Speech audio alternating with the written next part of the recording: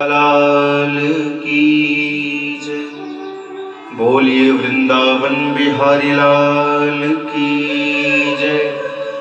बोलिए भक्त वत्सल भगवान की जय। आज द्वितीय दिवस की कथा के विराम में तृतीय दिवस की कथा के प्रथम श्लोक के पहले श्री मैत्री जी प्रश्न करते हैं विदुर जी से कि गुरुदेव, माता सती अपने पिता के यज्ञ में अपने देह को क्यों त्याग दिया? जहां तक मैंने सुना है कि दक्ष अपनी बिटिया से बड़ा प्रेम करता था, तो ऐसा उस यज्ञशाला में क्या हुआ कि जिसके कारण यह अपने पिता के यज्ञ में ही उनकी बिटिया अपने देह को त्याग दिया? मैत्र ऋषि कहे कि सुनिए राजन, पुरा विश्व सृजां सर्गो समीता परमर्षयः तथा मरगणा सर्वे मुनयो तथा। ये बात उस समय की है जब दक्ष को प्रजापति बनाया गया। पद पाते ही दक्ष को अभिमान हो गया। महाराज, किसको नहीं अभिमान हो जाता? जिसको धन विद्या बल पद प्रतिष्ठा, जिसके अंदर कोई एक गुण आ जाए उस व्यक्ति को अभिमान निश्चित है। लेकिन दक्ष के पास अत्यंत गुण होने के कारण उसके साथ एक अभिमान का शब्द भी जुड़ा गया। इस कारण से दक्ष को बड़ा अभिमान हो गया। बाबा रामचरितमानस में भी लिखते हैं क्या? बड़े अधिकार दक्ष जग पावा, अति अभिमान हृदय तब आवा, नहीं को वस जन्मा जग माही, प्रभुता पाही जाहि मद नाही। महाराज, ये अभिमान भी ना बड़ा अजीब होता है। व्यक्ति के पास कुछ नहीं होता है, सब दिया हुआ भगवान का ही होता है, लेकिन अपने आप को जमीन के स्तर से थोड़ा उठकर देखने लगते हैं तो व्यक्तियों के अंदर अभिमान आ जाता है कि ये सारा संसार अपना ही है। तो पद के पाते ही दक्ष को अभिमान हो गया और वो एक बार सभा में सम्मानित सभा आयोजन किया, तो उसमें ब्रह्मा विष्णु महेश इत्यादि नारद इंद्रादि देवता सभी को बुलाया गया। सभी उस सभा में आकर विराजमान हुए और अंत में दक्ष आए। दक्ष को आते देखकर सारे देवता खड़े हो गए, सिवाय ब्रह्मा विष्णु महेश के। सारे देवता खड़े हो गए और सभी देवता खड़े होकर दक्ष का स्वागत किए, क्योंकि दक्ष प्रजापति था। लेकिन जब दक्ष की दृष्टि ब्रह्मा जी के ऊपर पड़ी तो ब्रह्मा जी विराजमान हुए थे, पिता तुल्य थे, इसलिए ब्रह्मा जी को प्रणाम किए।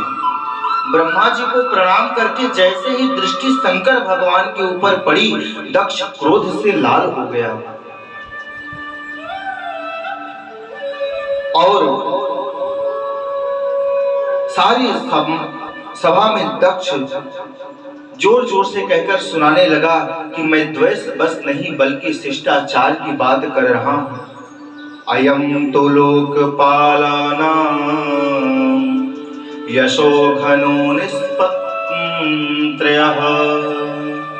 साभिचरितः पंथ येन शब्देन दूषितः। यदि सज्जनों की सभा में कोई निर्लज्ज व्यक्ति आ जाए तो सारे सज्जनों का मटिया मेट कर देता है।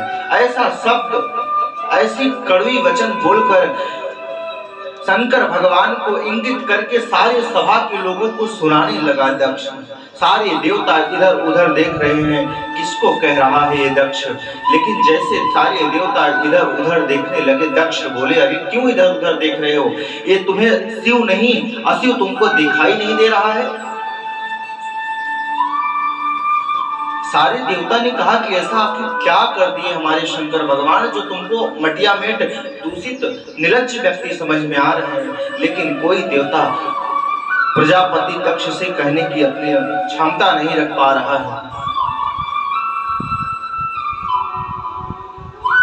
दक्ष कह रहा है कि मैंने ब्रह्मा जी के कहने पर अपनी सती मृगनयनी बेटी का विवाह शंकर भगवान के साथ कर दिया। कहा मेरी मृगनयनी बेटी सती और कहा मरकट लोचन शिव।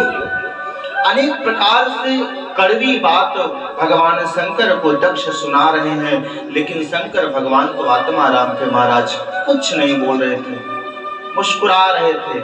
आप एक बार विचार करिए, यदि आप किसी को डांट रहे हो, किसी को बोल रहे हो और सामने वाला व्यक्ति और मुस्कुराए तो आपका क्रोध बढ़ जाता है, ये तो निश्चित है। दक्ष क्रोध से लाल हो गया और हाथ में जल लेकर इस बार शंकर भगवान को ही श्राप दे दिया।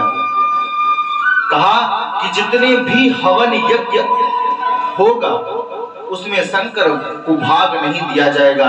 ऐसा कहकर शंकर भगवान को श्राप दे दिया। शंकर भगवान फिर भी आत्माराम थे, कुछ नहीं बोले, लेकिन उनकी तरफ से नंदी उनको श्राप दे दिया। बोले आशा ही परमम दुखम यास परमम सुखम। आशा ही जीवन का सबसे बड़ा दुख होता है महाराज। आशा यदि अपने पुत्र से करो तो समय पर वो भी खड़ा नहीं होता, यदि भाई से करो तो समय पर वो भी अपने आप से मुख मोड़ लेगा, यदि पुत्र से करो तो पुत्र भी समय पर नहीं आएगा। सिर्फ आरती में जो है चिता पर आग लगाने के लिए बेटा भी बहुत दूर से चलकर आएगा, समय पर वो भी नहीं साथ देगा। आशा ही परमम दुखम, आशा किसी से भी नहीं करना चाहिए, क्योंकि आशा ही निराशा का कारण होता है। बोले बाबा कुछ नहीं बोले, मुस्कुराते रहे। और इस बार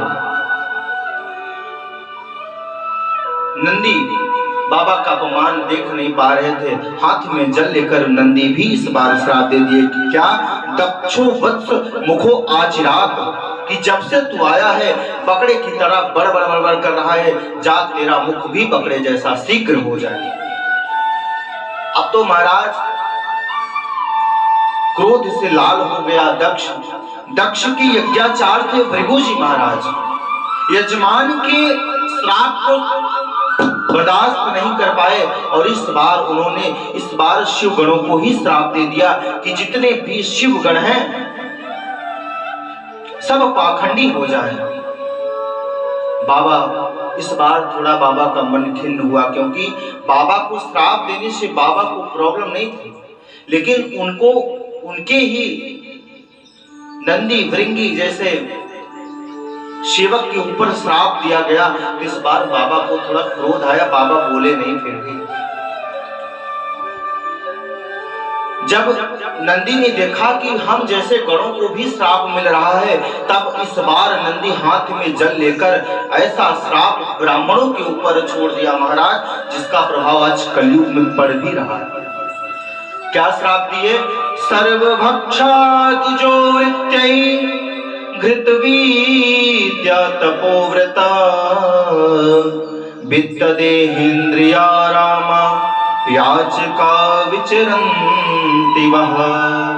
कि ब्राह्मण सदा ही भक्ष का पालन करें, जो भी भिक्षा मिले उसी का पान करें। इनकी विद्या वहीं तक सीमित हो जहां तक इनका पेट भर सके। आज देखिए ब्राह्मणों की ऐसी स्थिति हो गई, किसी को कुछ शब्द का ज्ञान हो गया तो अपने आप को विद्वान समझने लगते हैं, आगे की पढ़ाई बंद कर देते हैं। तो विद्वानों को सिर्फ ब्राह्मणों को सिर्फ वहीं तक शिक्षा मिलती है जितना उनका पेट भर सके। महाराज ऐसा लग रहा था कि वो सम्मान समारोह नहीं बल्कि श्राप समारोह दक्ष के सभा में चल रहा था।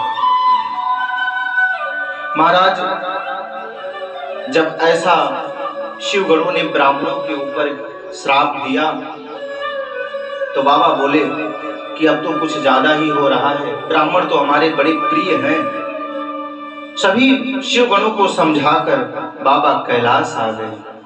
यहाँ पर किसी शायरकार ने एक शायरी लिखा है कि आ गए शौक के आखिरी मोड़ पर राह के बीच ख्वाब देखते देखते। आ गए शौक के आखिरी मोड़ पर राह के बीच ख्वाब देखते देखते, मंजिल पे एक दिन पहुंच ही जाएंगे उनके नक्शे कदम देखते देखते। शिव गणों को समझाकर बाबा कैलाश आ गए और आकर नंदी से बोले, क्यों भाई नंदी, हमारा ससुर दामाद का झगड़ा चल रहा था तो तुम्हें बीच में बोलने की क्या आवश्यकता थी? नंदी ने कहा, बाबा मैं क्षमा चाहता हूं, लेकिन आपका अपमान मुझसे देखा नहीं गया, इसलिए मेरा मन उस समय बड़ा खिन्न था, मैं भी श्राप दे दिया। भगवान शंकर बोले, नंदी विवाह जब होता है व्यक्ति का तो एक नियम होता है कि सारे लोग दूल्हे को गाली देते हैं। तो विवाह में हमको गाली नहीं दिया गया था, तो ससुर गाली देकर पूर्ण करे था, तो तुमको बीच में बोलने की क्या आवश्यकता पड़ गई? नंदी बोले, क्या करें बाबा, आपका अपमान मुझसे देखा नहीं गया। समय बीता, बाबा दक्ष को क्षमा कर दिए, क्योंकि उस समय बाबा नंदी से कह रहे हैं कि मैं दक्ष का सम्मान नहीं, अभी तो दक्ष के पद का सम्मान कर रहा था। देखिए पद जो होता है, पद का सम्मान सदैव करना चाहिए, चाहे बड़ा भाई हो, चाहे बड़ी बहन हो, चाहे माँ हो, चाहे पिता हो, चाहे बंधु हो, चाहे सखा हो, चाहे गुरु हो, कोई भी हो, पद का सम्मान करना चाहिए। कथा कहती है कि जीवन में हम आप चाहे कितना ही विकास क्यों ना कर जाएं, अपने जीवन में अपने बड़े को, अपने छोटे को, अपने भाई को, अपने बंधु को कैसे क्या बोलना चाहिए, ये अपने अंदर आना चाहिए। व्यक्ति को शिक्षा कहीं से भी प्राप्त होगी, पर संस्कार व्यक्ति को घर से ही मिलता है। अभी आप किसी से बैठकर दो चार शब्द बातें कर लो तो व्यक्ति के घर का स्वभाव कैसा है उस व्यक्ति को पता ही चल जाता है। ठीक उसी प्रकार हम आपको अपना संस्कार नहीं भूलना चाहिए, हम आप किसी भी पद पर क्यों ना चले जाएं। तो बाबा दक्ष के द्वेष को भूल गए, लेकिन आज भी दक्ष बाबा से द्वेष करता है। और इस बार वाजपेयी नाम का एक बहुत बड़ा यज्ञ का आयोजन किया, जिसमें नारद, इंद्र और सभी देवता उसमें बुलाए गए, बल्कि हमारे शंकर भगवान को पत्र नहीं भेजा गया। सभी देवता उस वाजपेयी यज्ञ में आयोजित किए गए और सभी देवता बुलाए गए। यहाँ तक कि दक्ष अपने बिटिया से बहुत प्रेम करता था, माता सती से अत्यंत प्रेम करता था, लेकिन शंकर भगवान से द्वेष होने के कारण अपने बिटिया को भी अपने यज्ञ में नहीं बुलवाया। देवता अपने पत्नियों के साथ विमान पर बैठकर कनखल के रास्ते दक्ष के यज्ञ में जा रहे थे, लेकिन जब पता चला भगवान शंकर को पत्र नहीं मिला है तो अपने विमान को कैलाश के मार्ग से ले जाने लगे। और आज भगवान शंकर माता सती को भगवान श्री राम की कथा सुना रहे। मैं क्षमा करना, आज भी माता सती का जो है कथा में मन नहीं लग रहा। एक बार जब देवर्षि नारद माता सती को चढ़ा बढ़ाकर एक बार गए थे, तो शंकर भगवान एक बार माता सती को अमर कथा का ज्ञान करा रहे थे। और अमर कथा सुनते सुनते माता सती को नींद आ गई और उनके तरफ से तोते की आवाज में श्री सुखदेव जी महाराज हुंकारी भरते भरते सारी अमृत कथा का पान उस तोते ने कर लिया। और आज जब दूसरी बार माता सती को भगवान श्री राम की कथा भगवान शंकर सुना रहे हैं, आज भी माई का मन कथा में लग नहीं रहा। ऊपर दृष्टि गई तो सारे देवता विमान को लेकर कैलाश मार्ग से दक्ष के यहाँ जा रहे थे। तो माता ने बाबा शंकर से पूछा कि ये देवता किधर जा रहे हैं। भगवान शंकर बोले, देवी ये देवता सारे आपके पिता एक वाजपेयी नाम के यज्ञ का आयोजन किए हैं, जिसमें सारे देवता गण आयोजित किए गए हैं, सो सारे देवता वहीं जा रहे हैं। माता सती कहने लगी, यदि आपको अच्छा लगे तो हम आप भी चलें। भगवान शंकर कहे कि व्यक्ति व्यक्ति को चाहे कितना भी घनिष्ठ मित्रता हो, पारिवारिक संबंधता हो, कैसे भी हो, लेकिन बिना बुलाए किसी के दरवाजे पर नहीं जाना चाहिए। अपमानम पुरस्कृत्यम मानम कृत्वा च पृष्ठता स्वाकार्य साध्यते धीमान कार्य ध्वंसित मूर्खता। व्यक्ति को अपमान और सम्मान का ख्याल करके कहीं बैठना चाहिए, कहीं बोलना चाहिए, कहीं समझना चाहिए और कहीं कहीं आना जाना चाहिए। बिना बुलाए किसी के दरवाजे पर नहीं जाना चाहिए। यहाँ तक कि शास्त्र में लिखा है कि ब्राह्मण, मित्र, गुरु और पिता के घर व्यक्ति को बिना बुलाए जाना चाहिए।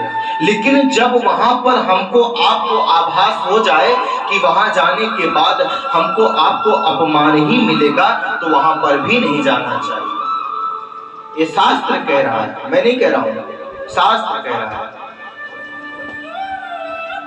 बाबा भी रामचरितमानस में लिखते हैं क्या, कहूं नीक मोरे मन भावा, यह अनुचित नहीं नेवत पठावा।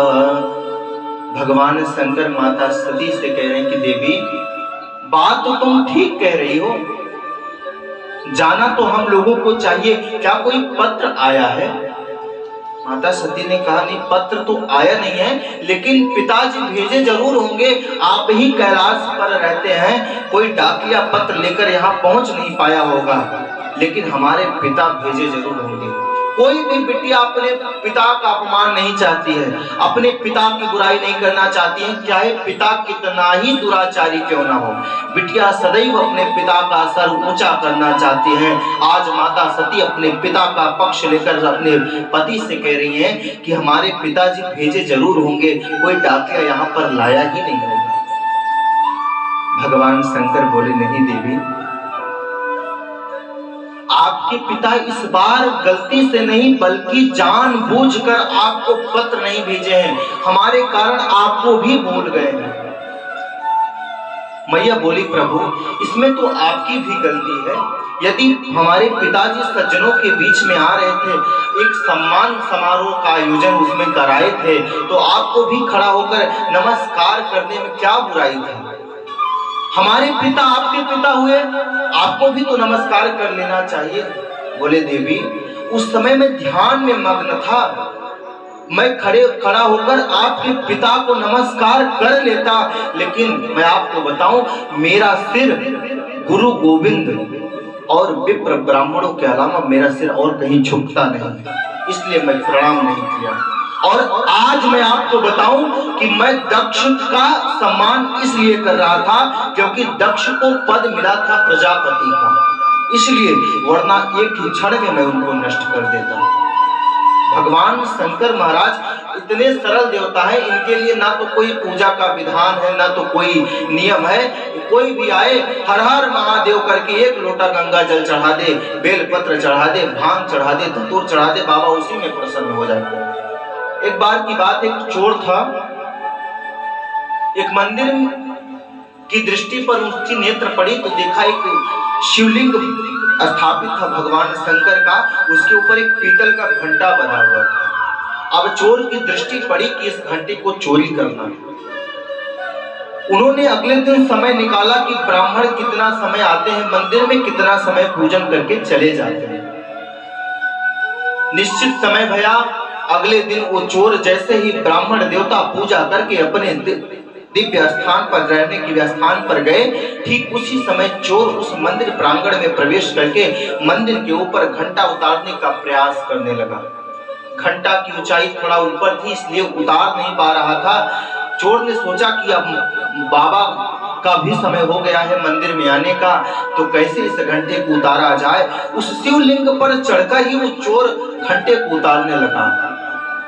भगवान शंकर इतने ही सरल है महाराज कि अपने दिव्य स्वरूप में प्रकट हो गए। इतने में ब्राह्मण देवता आ गए, बोले कि वाह, आज मेरी भक्ति कितनी अच्छी थी कि जो भगवान हमको दर्शन देने के लिए चले आए। शंकर भगवान बोले, मैं तुम्हारे कारण नहीं, मैं इनके कारण आया हूं। ब्राह्मण देवता बोले, प्रभु ये तो चोर हैं, ये तो चोरी करने के लिए आए थे।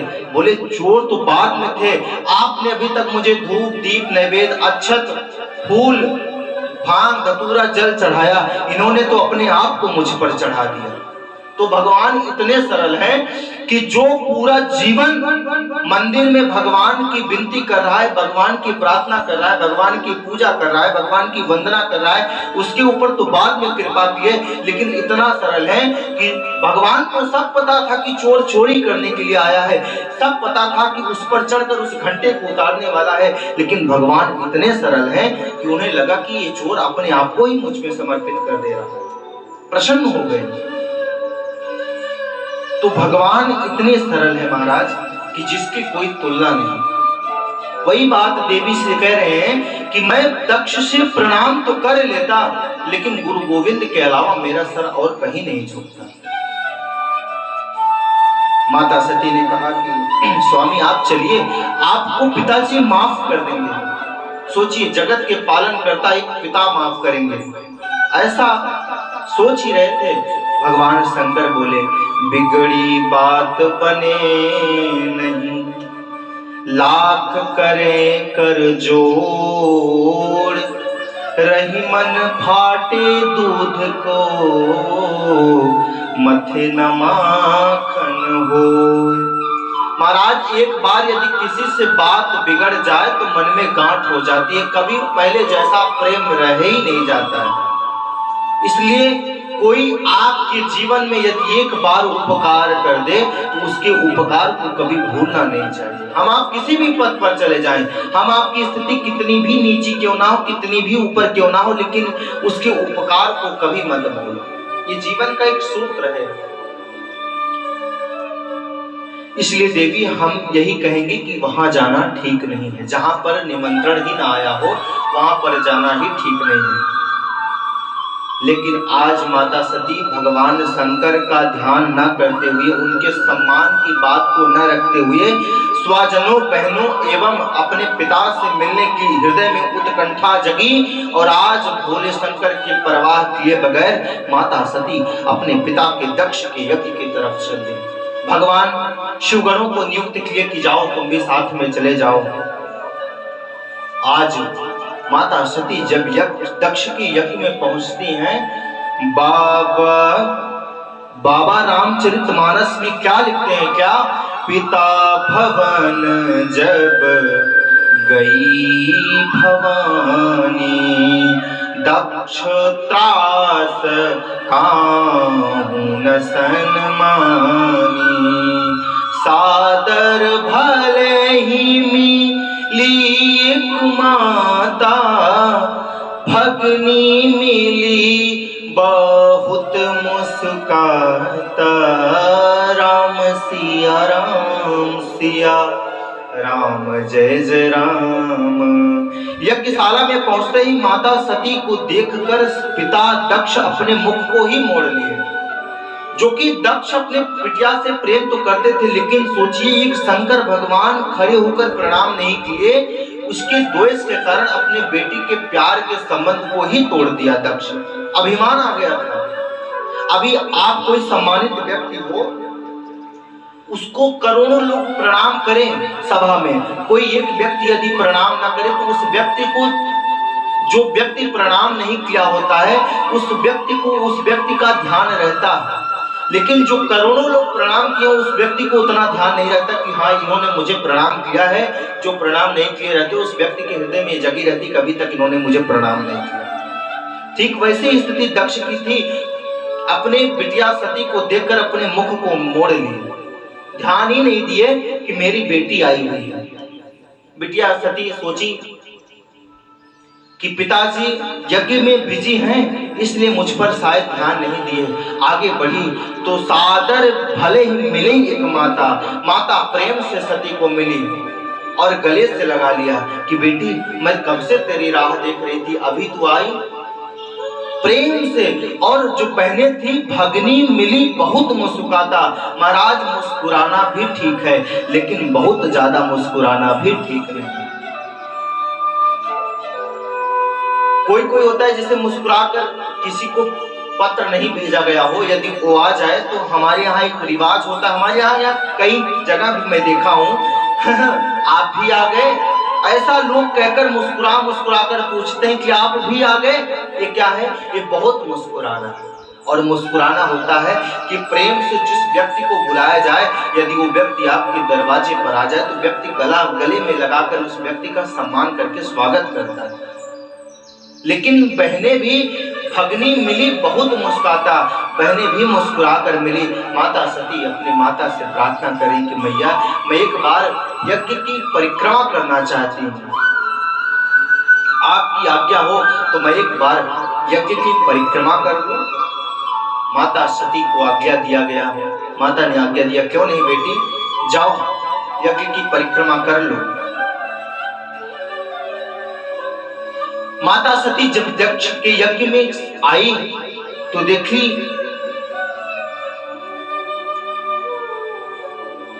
कि सभी देवताओं का भाग मिला हुआ है, मेरे पति को भाग ही नहीं मिला है।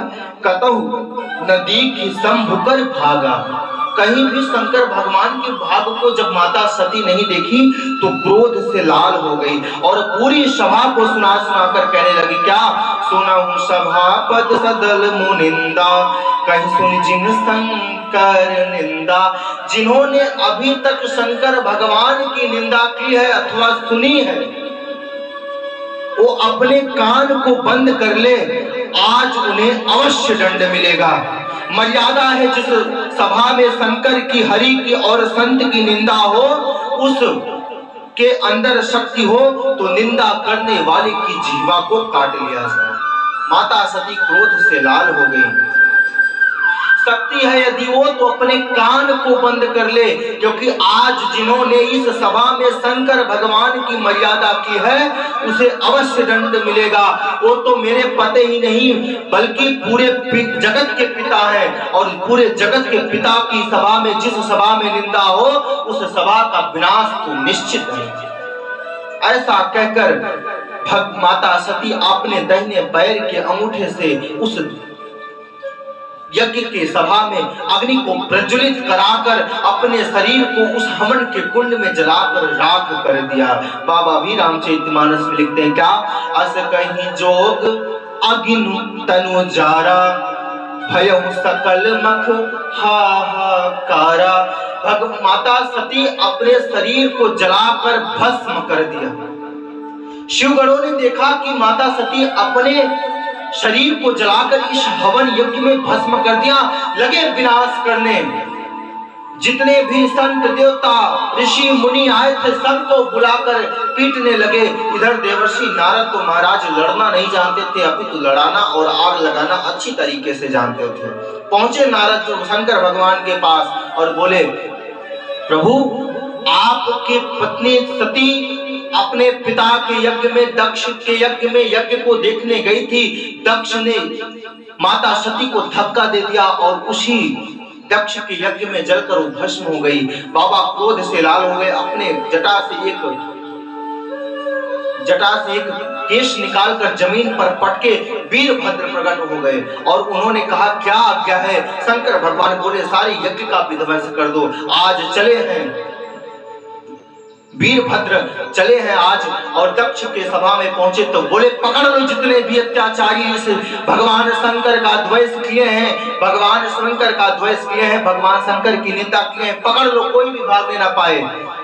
अब शिवगणों से बोले, किसका क्या अपराध है अब मुझे बताओ। शिवगणों ने कहा कि जो भृगु जी महाराज है ना, जब शंकर भगवान का अपमान हो रहा था तो दाढ़ी पर हाथ सहलाते हुए मुस्कुरा रहे थे। वीरभद्र भृगु जी महाराज का दाढ़ी नोचकर उसी हवन यज्ञ में डालकर मानो आहुति डालने लगे, स्वाहा कर दिए। बोले, और कौन से देवता का अपराध हुआ है? बोले, ये त्वष्टा ऋषि हैं, इन्होंने भी भगवान शंकर का अपमान किया है। महाराज शिवगण बोले, ये जो भृगु जी महाराज वीरभद्र है ना, इन्होंने भी। वीरभद्र बोले कि किसका क्या अपराध है, बारी बारी से बताओ, सबको दंड मिलेगा। बोलिए जो पूषा नाम का देवता है ना, जब भगवान शंकर का अपराध हो रहा था, उनकी निंदा हो रही थी, तो ये मुस्कुरा मुस्कुरा कर दांतें दिखा दिखा कर हंस रहे थे। वीरभद्र एक हाथ मारे, सारे पूषा के 32 दांत बाहर आ गए और अंत में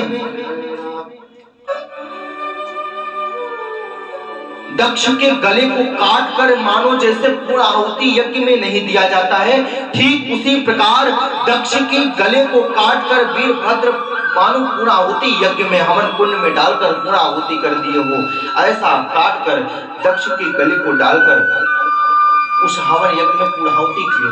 ब्रह्मा जी भागकर, सारे देवता भागकर शंकर भगवान के शरण में गए, प्रार्थना किए और शंकर भगवान बाद में उस यज्ञ की रक्षा करवाकर उस यज्ञ को पूर्ण करवाया। एक कथा कहती है कि किसी को नीचा दिखाने के लिए, किसी को अपमानित करने के लिए यदि हम आप कोई सत्कर्म करने जाएं तो सत्कर्म भी पूर्ण होने वाला नहीं है। इसलिए महाराज किसी को अपमान करने के लिए उसे अपने दरवाजे पर बुलाकर किसी को अपमान नहीं करना चाहिए। कोई भी कार्य हो, कार्य करने से पहले उस कार्य को भगवान के हाथ में सौंप दो। प्रभु आपन तेज संहारे वापे, हम नहीं जानते कार्य आप ही जानो, आप ही मेरे कार्य को संभालो। क्यों? तुम ही